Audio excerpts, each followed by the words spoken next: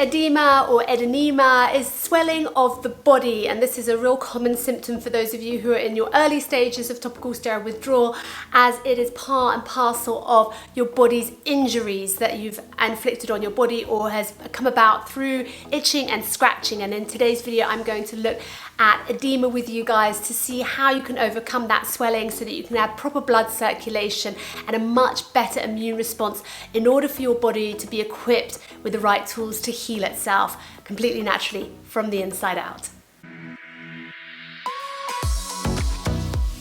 What is up, you guys? Welcome back to my channel. Today I'm going to look at lymphatic drainage because this is a brilliant technique to try and overcome and reduce a lot of that fluid retention and swelling that you have in the body. And this is a really great technique because it can actually help fast forward your healing, reduce that inflammation, and make you far more comfortable.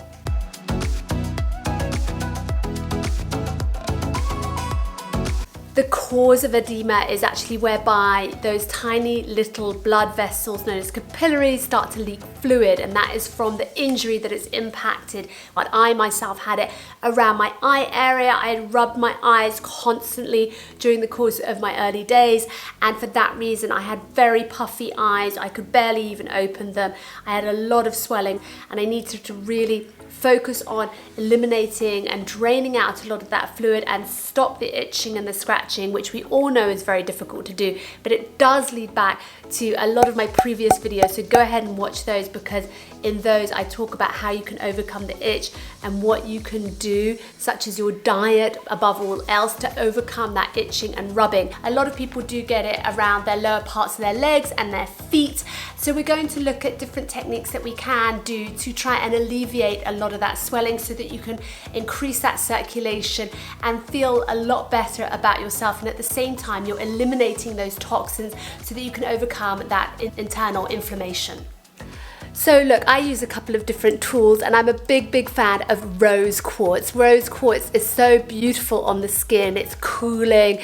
You're able to really penetrate that lovely stone into the skin. It feels good, and I really enjoy these rollers, and I think I've spoken about these in some previous videos about collagen and overcoming scar tissue, but this has to be one of my most favorite tools, alongside the gouache, I can never say it right, tool as well. Some people have two either side and they do it simultaneously, but I just have the one, and that works for me plenty. Otherwise, you can always just use your hands.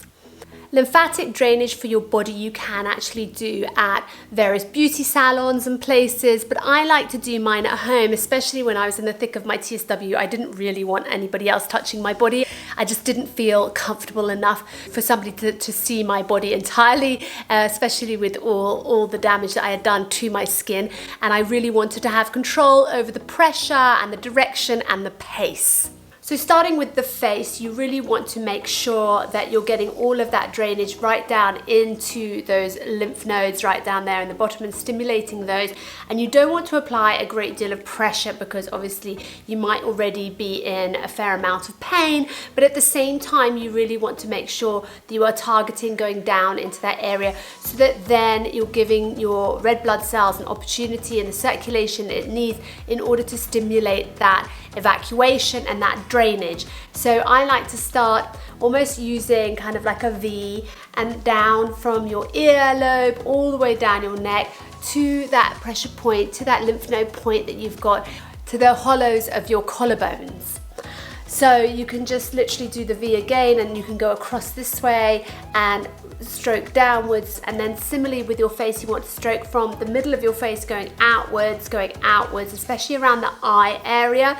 Now I do find with eyes using the roller is really the most effective, and I keep mine in the fridge, not the freezer, so it keeps really nice and cool and just super cooling on the skin. And some people actually have those chiro rollers as well, the chirotherapy rollers, and they're very effective too. But anything that can just roll from the inner corner of your eye out to the outer corner, and you can feel that coolness, you can feel that really helping reduce that swelling and that drainage. And then again from the ear area going right down to those lymph nodes there inside the inner corner of the collarbone. So you can do that repetitively. I do it literally Every day, probably in the evening, I like to put on my jojoba oil as I am cleansing every day, morning and night, with my jojoba oil. It's in French, but it's jojoba, which is jojoba oil. And I like to massage the jojoba oil with my lymphatic drainage techniques. It helps remove the makeup, and then I like to do a second layer to do the massage. So I really like to get in there, and this oil is pretty much the closest oil that we have to our own natural oil production, so I highly recommend it for cleansing your face.